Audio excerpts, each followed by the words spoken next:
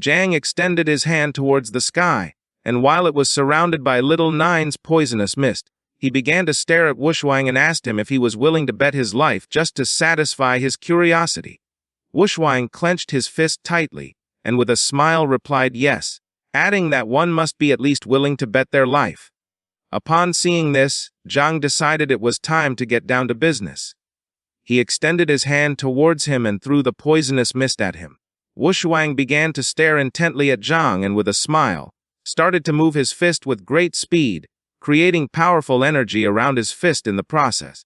Just before the poisonous mist that Jiang had released could hit Wushwang, he opened his legs, used the skill called 1,000 Feet Walls, and launched a powerful blow towards the attack, creating a powerful barrier in front of him.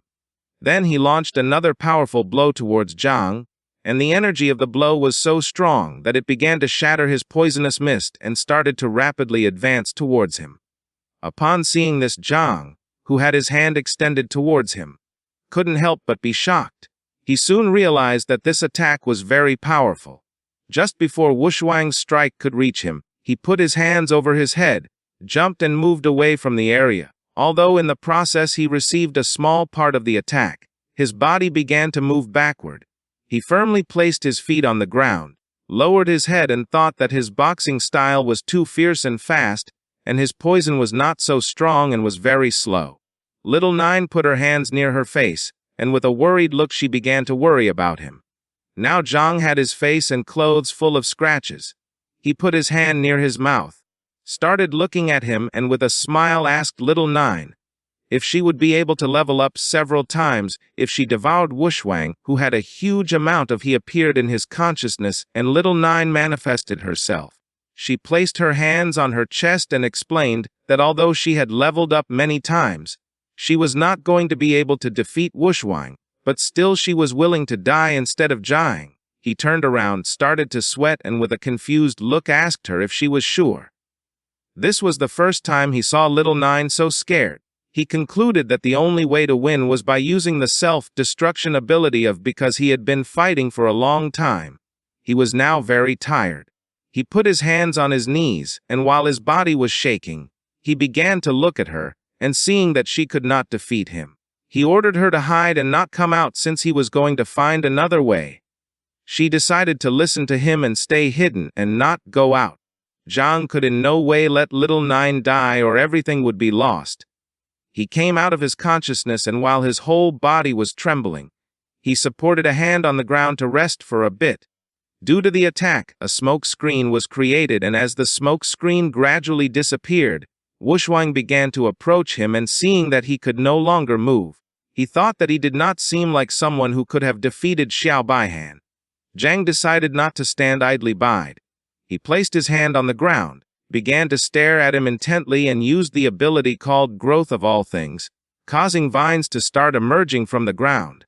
Just before Wushwang could make a move, the vines began to burrow into the ground and created a barrier around his body.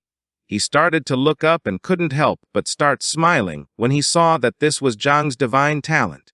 According to him, it was interesting to use a barrier to deceive others. He concluded that Xiao Baihan had also been defeated within a barrier. At the same time, in the surveillance room where Yang Guang and Gu Keixin were, he turned around and explained to him that Jiang had blocked the vision again. Gu Keixin, who was standing behind him and was observing the barrier, gave Fang Chenyuan the order to be ready to rescue someone if necessary. He put his hand close to his forehead, gave a military salute, and replied with the understood. Yang Guang was somewhat confused, and as a drop of sweat was falling from his cheek, he explained to him that according to the situation of the battle, just now, Jiang Wushwang should be fine and he did not need to be rescued. Gu Keixin began to stare at the screen and told Yang Guang that he had said this to save Zhang Cheng. Yang Guang turned around and was even more confused. He asked him if he wasn't being a bit hypocritical. Gu Keixin approached him and asked him to stop talking nonsense since Jiang Wushwang was level 46 while Zhang Cheng was level 26. Jiang was his disciple and he just wanted to protect him. At the same time, inside the barrier, Jiang stood up, reached out to the sky, and gave the insects the order to upon hearing the order. Thousands of insects shot out from his palm towards the outside. In the blink of an eye, the sky was filled with insects, which began to stare intently at Wushwang. He started looking up, and upon seeing so many insects, he couldn't help but be shocked and become alert at the same time. It didn't take him long to realize that this was Zhang's true ability. Zhang, who had his hand extended towards the sky and was releasing the insects began to advance towards him and prepared to attack. He spread his legs, adopted a defensive stance, used the ability called Move Mountains and Overturn Seas, and prepared to defend himself. While Zhang's eyes were shining, he began to stare at him intently, began pointing at him with his fingers, and started to release even more insects, which began flying towards him.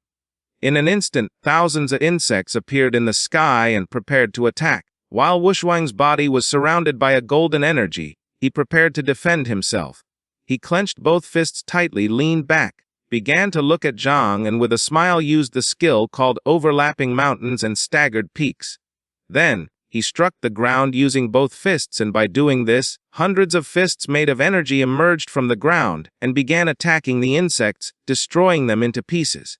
Upon seeing this, Zhang decided to change tactics. With a serious look, he moved his fingers downward and decided to control the insects to dodge the attacks. While Wushwang was distracted hitting the ground, several insects dodged the attacks and began to quickly approach him. He raised his head, and upon seeing this, he couldn't help but be somewhat surprised. Once the insects got close enough, Zhang clenched his fist, and at that moment the insects exploded, creating a large smoke screen. But to his surprise, Wushwang jumped up and came out as if nothing had happened. Zhang started looking up, and seeing that he was alive, went on alert and began to wonder what was going on. Wushwang began to descend towards Zhang, and with a smile finally realized how Zhao Bihan had lost. He extended his hands towards the ground, used the skill called Wind Fist, and a powerful golden energy began to move towards Zhang. He put his hands over his head and thought this was not good. The energy began to create great pressure, which started to make Zhang's body begin to fall towards the ground. His energy was so strong that Zhang fell to the ground and his body began to tremble. He soon realized that this Wind Fist was several times stronger than the previous one. He did not know if this was the strength of an invincible descendant. 2 insects had exploded near him and had not even scratched him.